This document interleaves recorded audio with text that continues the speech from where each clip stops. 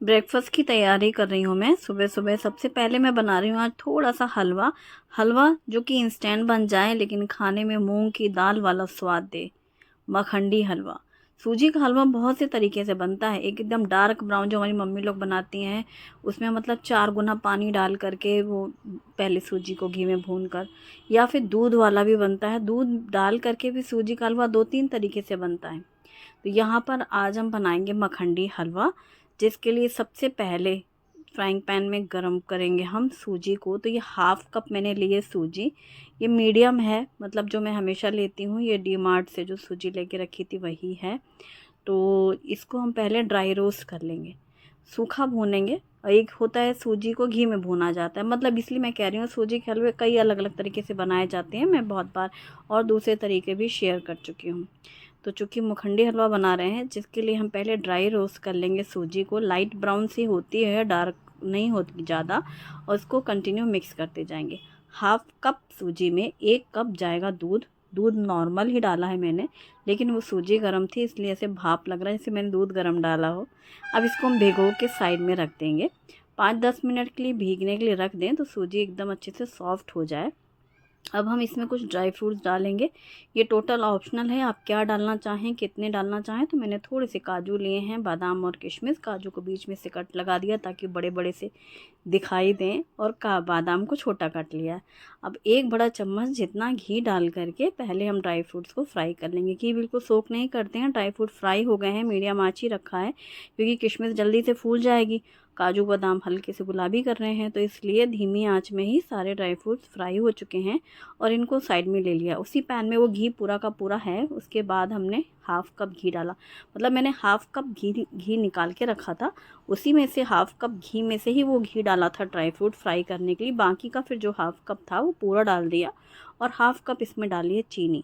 जैसे ही घी गर्म होगा, चीनी घुलने लग जाए। चीनी घुलने के बाद ज़्यादा उसको पकाना नहीं, वरना वो हार्ड हो जाएगी। उसी टाइम पे हम डाल देंगे भीगी हुई सूजी जो कि दूध के साथ में है, और दूध भी डाल देंगे पूरा।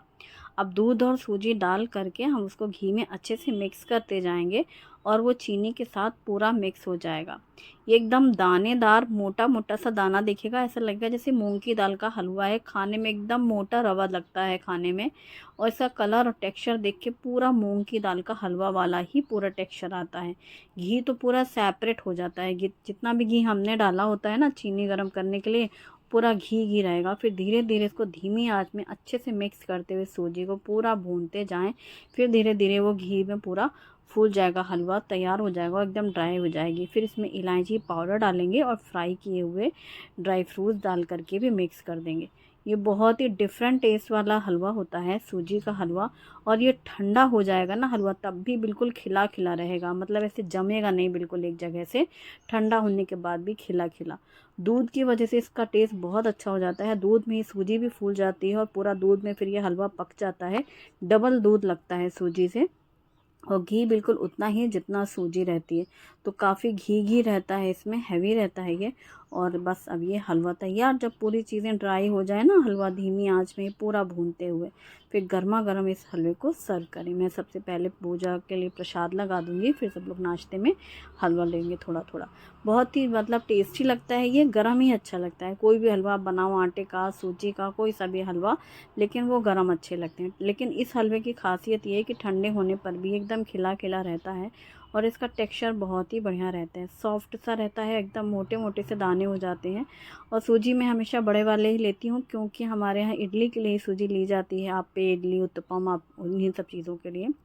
और सुबह वॉक के बाद जो सब्जियां आई हैं वो जैसी कि तैसी ही रखी थी, तब से मैं अपना काम में लगी हुई थी। अभी सारी सब्जियां निकाल ली हैं, और ये कपड़े वाली थैली है जिसमें मैंने ये डाल दिया है लहसुन, और गांठ लगा करके इसको वहाँ बास्केट में रख दिया है जिसमें आलू प्याज रहता है। बाकी की सब्जियां धुल लेंगे, और गोभी का जो नीचे का हिस्सा होता है मोटा, वो हटा लेंगे ताकि वो फूल अलग हो जाए। भिंडी पूरी अच्छे से धो करके साइड में रखी थी, अब उनको ऐसे बास्केट में रख दे रही हूँ ताकि अब पानी पूरा अच्छे से झड़ जाएगा प्रॉपर। टमाटर, खीरा, करी पत्ता, हरा धनिया, यही सब था। सब्जियां एक तो मार्केट में जो आ रही हैं इन दिनों कोई स्वाद आ नहीं रहा है, और पहले ही हमारे घर में कम सब्जियां खाते हैं, और गिनी चुनी सब्जियां मिलती भी हैं। कई बार मैंने दिखाया भी है आपको सब्जी मार्केट में यहाँ क्या पर क्या मतलब मिल रहा बहुत है। ज़्यादा ऐसी वैरायटी नहीं दिखती सब्जियों की। वही जैसे बैंगन हो गया, फूल गोभी, पत्ता गोभी हो गए, पालक, मेथी हो गई, हरी सब्जियों में से साग वगैरह। और बैंगन वो ग्रीन वाले या फिर छोटे छोटे कांटे वाले जो मसाले वाले बैंगन बनते हैं, तो बस ये सब रहता है। तो अभी मैंने निकाली है दाल शोभन से बात कर रही थी तो बातों बातों में मैं 3 डब्बे उठा ले आई हूँ, सामने खड़ा हुआ है निकालना था मुझे तूर का डब्बा, तूर दाल का, तो 3 डब्बे हाथ में आ गए, वापस 2 रखे मैंने। तो हाँ, तो जो कुकर में मैंने लिया है तुअर की दाल, तो हाफ़ कप दाल ले ली है और इसे पानी से अच्छे से धुल करके अब हमने इसमें डाला है हल्दी पाउडर, मेथी दाना, थोड़े से करी पत्ते डाल देंगे दाल में, और इसी के साथ हम डालेंगे इसमें नमक स्वाद के अनुसार। फिर 2 टमाटर काट के डालने थे तो मीडियम साइज़ के हैं, अभी जो टमाटर धुल के रखे थे इनको ऊपर का हिस्सा हटा करके ऐसे कट करके 4 हिस्से कर दिए, 2 टमाटर के 4, और इनको इस तरीके से अरेंज कर दिया, और साथ ही एक छोटी प्याज भी छोटा छोटा काट करके डाल दिया है। अब इसमें पानी डाल देंगे, पानी थोड़ा ज़्यादा ही डाल देंगे क्योंकि हमें पतली चाहिए, लेकिन कितना भी कर लो, जब बहुत ज़्यादा डाल दो तो सरारा पानी मिलती है दाल, कम डालो तो गाढ़ी गाढ़ी लगती है। ये मसला आज तक ख़त्म नहीं हुआ, मतलब इसका रहस्य नहीं समझ में आया कि किया क्या जाए। तो फ़िलहाल अभी 1 सीटी बज गई और हमने गैस बंद कर दिया, क्योंकि 1 सीटी के बाद स्टीम निकलने के बाद हम कुकर खोलेंगे। अब मैं थोड़ी तड़के की तैयारी कर रही हूँ, बेसिक सी चीज़ें चाहिए हैं। ये बन रहा है हमारे घर का दाल नुमा सांभर, सांभर नुमा दाल, इसको सांभर कहो या दाल दाल कहूँ या सांभर इन्हें क्या कहूँ, पर इसके लिए मैंने बारीक काट लिया हरा धनिया, प्याज और करी पत्ता, मेथी दाना, राई, जीरा, लाल सूखी मिर्ची और हींग।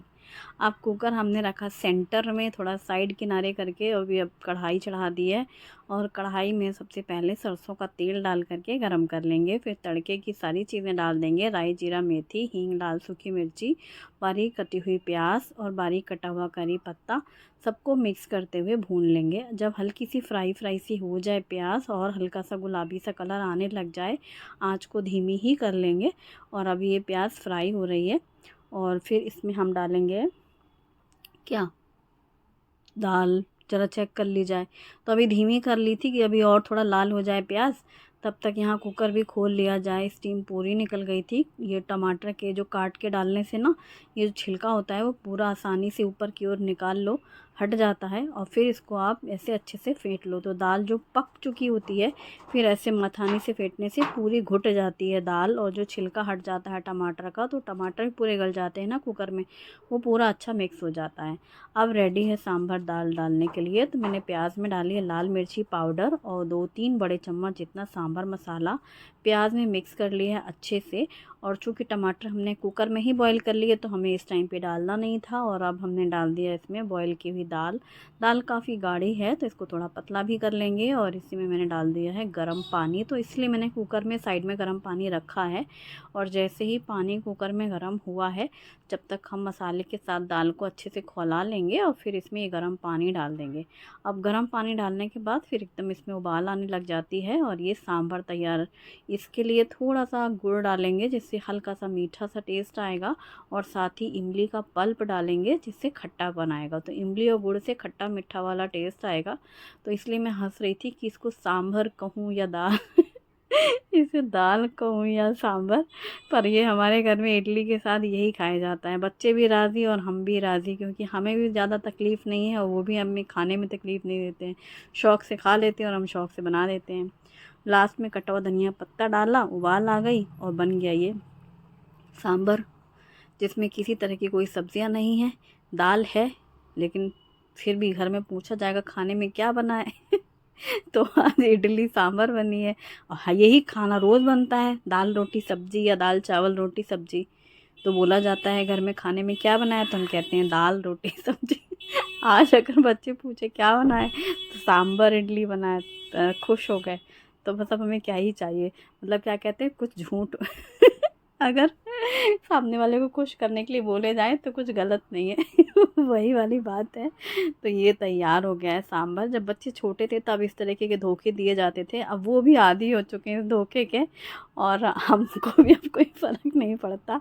तो ये समझ गए ना, बस और ये है सूजी दही का बैटर, जिसको लिए बन जाएंगी इंस्टेंट इडली। तो सुबह ही ये तामझाम कर लिया गया था क्योंकि फिक्स था कि ये बनेगा ही बनेगा। तो हमने यहाँ पर 2 कप सूजी अंदाज से ऐसे डाली थी पैकेट में जो सूजी थी, और उसमें 1 कप वो बटर मिल्क गाढ़ा वाला दही डेयरी वाला वो डाल करके फेंट के रखा था। तो ये जितनी ज़्यादा देर के लिए रख दो ना उतनी अच्छी सूजी भीग जाती है। मेन पर्पज़ क्या है, सूजी को दही में अच्छे से भिगो लेना। तो पानी भी डाल लो, दही डाल लो, सूजी डाल लो, जितना बैटर चाहिए अंदाज से ऐसे मीडियम थिक रखना, ताकि बाद में अगर गाढ़ा है तो थोड़ा पतला किया जा सकता है। पतला हो जाता है तो फिर गाढ़ा करने में फिर डायरेक्ट सूजी मिलाने से बैटर गड़बड़ हो जाता है, इसलिए पहले उसको गाढ़ा ही रखें। अब यहाँ कढ़ाई में पानी डाल के गरम किया, उसमें आधा पुराना सड़ा वाला नींबू डाला, मतलब सड़ा का मतलब जिसका छिलका ऐसा हो गया था, गंदा था, पर नींबू सही है, वो डाल दिया है ताकि वो कुकर ना या कढ़ाई ख़राब नहीं करता है। और अब जब हमें बैटर बिल्कुल रेडी रखा है डालने के लिए कढ़ाई में, तो पहले हमने इसमें नमक और ऑयल डाला था। इस बैटर में नमक स्वाद के अनुसार और 1 चम्मच ऑयल डाल करके फेंट लिया है अभी। और फिर अभी इसमें डाला है इनो का पैकेट। इनो डाल करके इंस्टेंट सूजी एकदम सॉफ्ट और फ्लफ़ी बनती हैं।